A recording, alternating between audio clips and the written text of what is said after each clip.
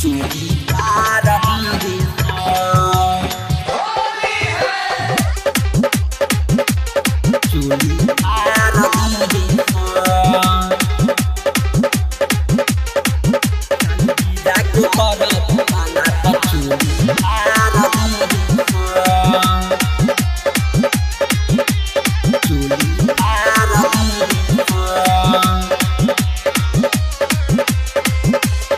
असो के होली में गर्मी झार दिहे सन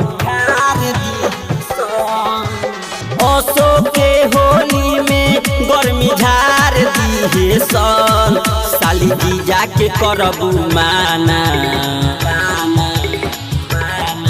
साली जीजा के करबू माना त चोली फार दिहे सन साली जीजा के करबू माना त चोली फार दिहे सन असो के होली में गर्मी झार दिहे सन असो के होली में गर्मी झार दिहे सन साली जीजा के करबू माना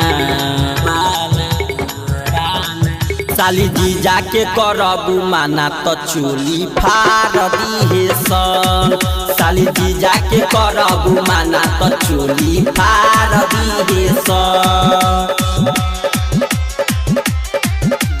फार दिहे सन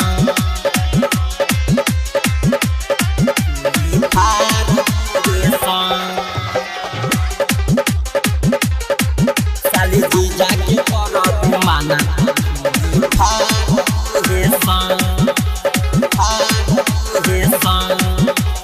होली खेले आइल बानी हम ससुरारी तू डाल हम डालम संगे पारा पारी संगे पारी होली खेले आइल बानी हम ससुरारी तू डाल हम डालम संगे पारा पारी हमारा जैसन गिफ्ट न कौनो कार दिहसन हमारा जैसन गिफ्ट न कौनो कार दिहसन साली जीजा के करबू माना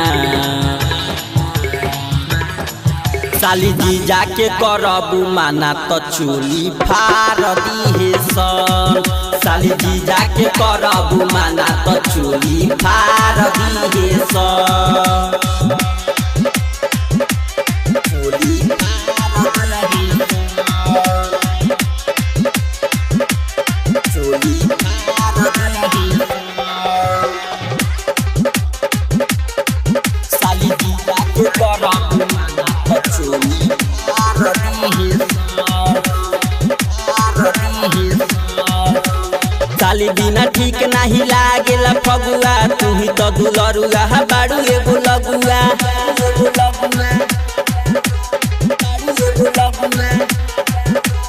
साली बिना ठीक नाही लागेला फगुआ तू ही तो दुलरुआ बाड़ू एगो लगुआ सरवन अनिस अरुण न कोनो प्यार दिहे सन राजा अनिस अरुण न कोनो प्यार दिहे सन साली जीजा के करबू माना